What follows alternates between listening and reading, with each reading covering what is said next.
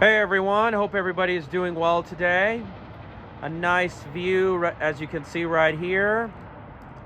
Let's take a look. The sun is about to set down. See all these jacuzzis on the balcony. Temperatures are cooling off. Nights are getting longer.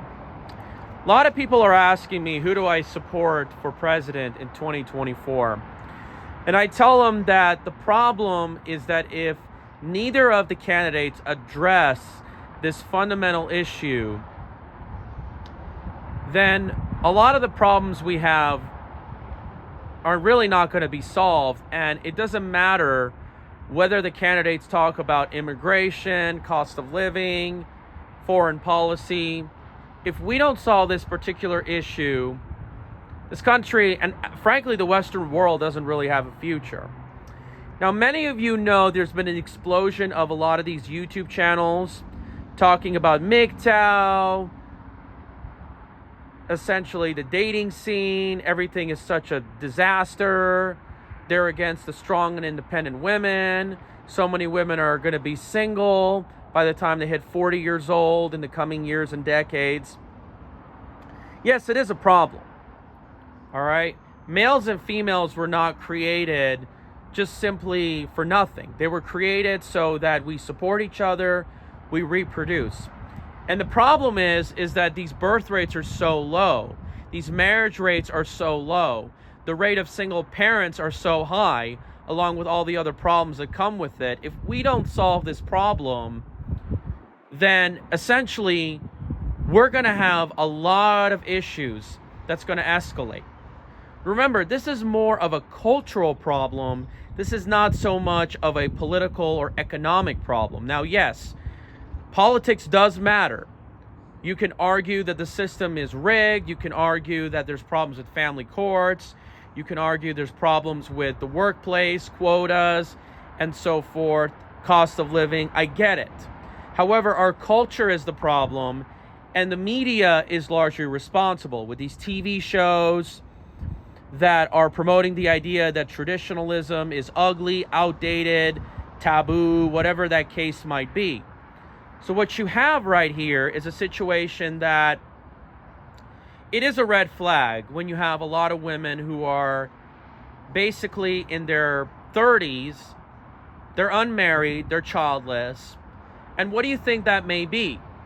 Because for one, their lifestyle, if they're sitting at home and when they go out, all they do is just work, go to the gym with their earplugs, they go clubbing, they spend a lot of too much time on the apps. That's not likely going to get you the husband that you're looking for. If you're limiting who can you get, if you limit the guys you meet through social circles, then that's a problem, because there's a probability that those men aren't going to work out for you. If you are a woman who goes after guys that necessarily aren't for the reasons that make sense, you go for the guys that as a result are least likely going to propose to you, well, then that's going to be a problem. If you're the kind of woman that is not meant for a marriage, that's obviously going to be a problem. And this is why we're seeing a lot of women hit 30 years old and more, childless, unmarried. This is a significant problem, folks. This is not good for our future. The problem with our society is that, oftentimes people think, well, hey, if you criticize modern women, then there's something wrong with you. You're just a lonely man. You're an incel. You're a sexist. You're a misogynist. And this is all designed so that we don't speak out against these problems. The problem essentially perpetuates itself. As a result, men are essentially uncomfortable with speaking out, just like the whole immigration, race situation, affirmative action, DEI, all this other stuff we talk about. However, the real problem is that the men for decades have continued to buy this nonsense. They continue to accept things the way they are. They're not willing to speak out. And what happens as a result, well, the problem has continued to get worse and worse and worse.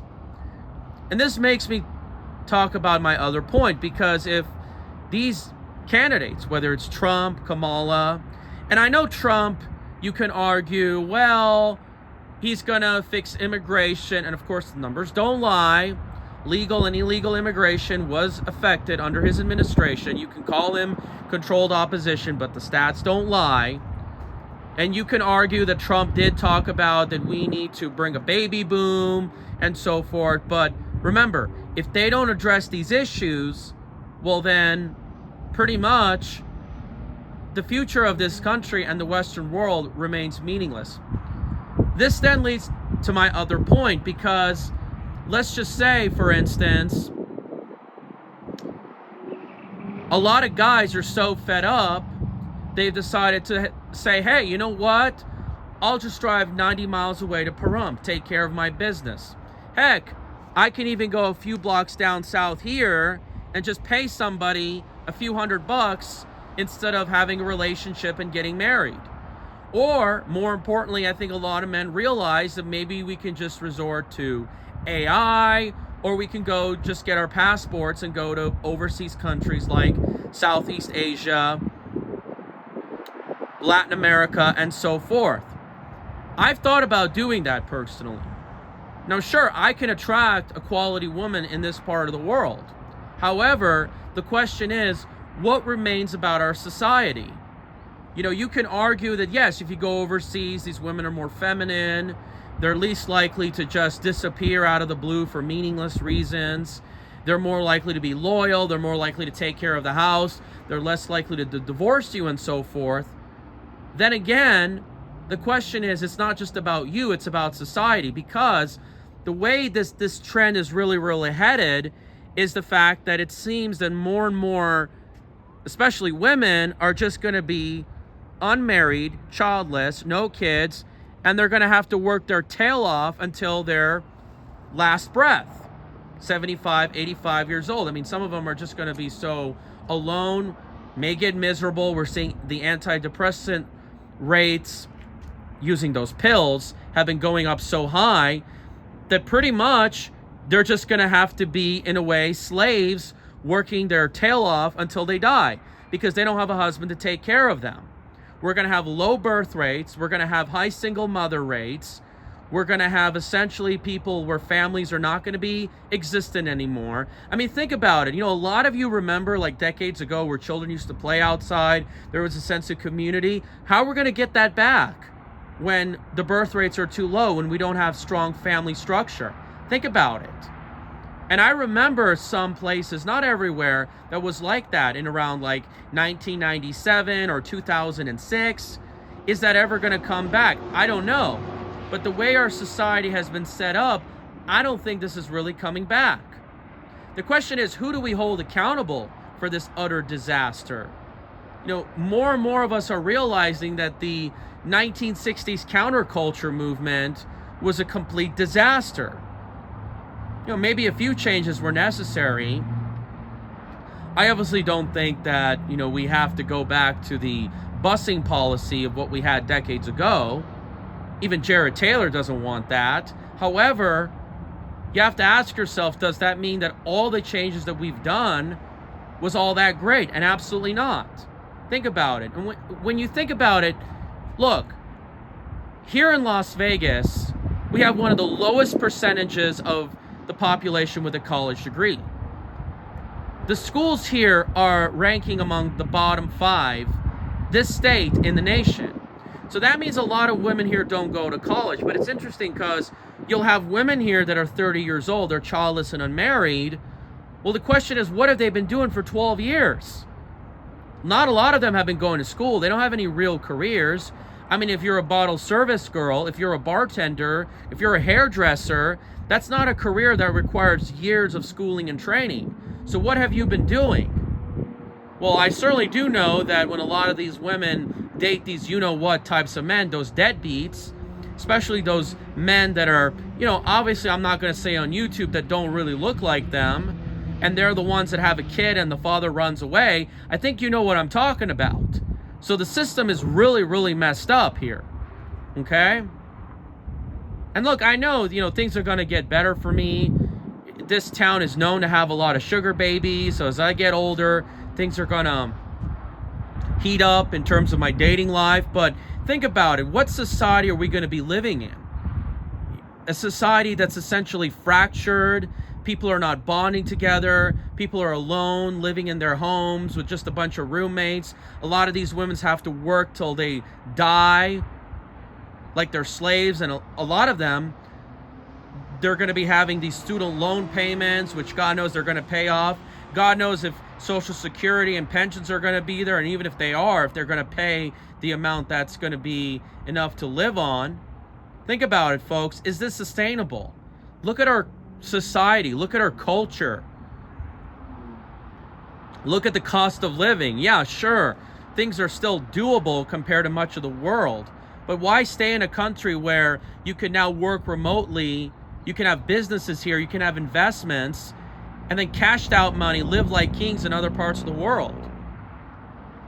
And you can easily raise a family.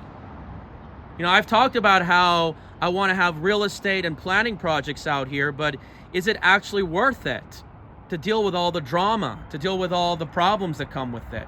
You tell me. Look at the mass media, how it's destroying our society. A lot of things we have, it's just not quality.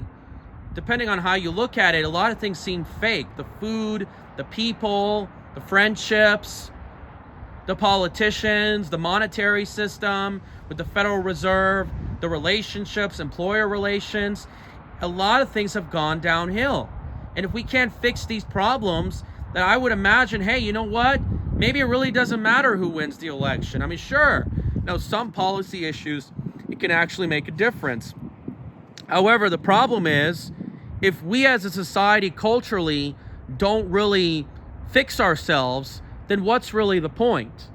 That's the thing you got to really understand, folks. And I'm honestly really concerned about the future, about what's going on. We have to start talking about these issues. And, you know, obviously, you look at modern women, and on the other side of the coin is the race, multicultural agendas. These are two sides of the same coin, and they're being played in Western countries. Do you get the whole picture? That's the thing you got to keep in mind. And if we can't solve our thinking, our mentality, and yes, it's true, you know, the awareness is growing. More and more people are waking up. I certainly wasn't aware about these issues that much about 10 years ago. And certainly you can argue that many of these candidates running really woke us up. However, the problem is, if we don't really take an action, if we don't stand up for ourselves, then how do you expect things are going to change? Okay? You know, I know constitutional liberties are important. Our economic future is important, but culture matters as well. That's the thing. And think about it. When you look at this skyline, this reveals essentially a society that resembles modern culture. If you look at the pool clubs, the strip clubs, if you look at all these other forms of entertainment that resembles modern culture, the lack of loyal relationships, does this all tell you something? Because it's not sustainable, folks. Maybe some people can do it, but not everybody can. That's the thing you got to keep in mind. When are people finally going to wake up and realize and smell the coffee? Folks, what do you guys think about this? Thank you guys so much. I appreciate it. Stay tuned.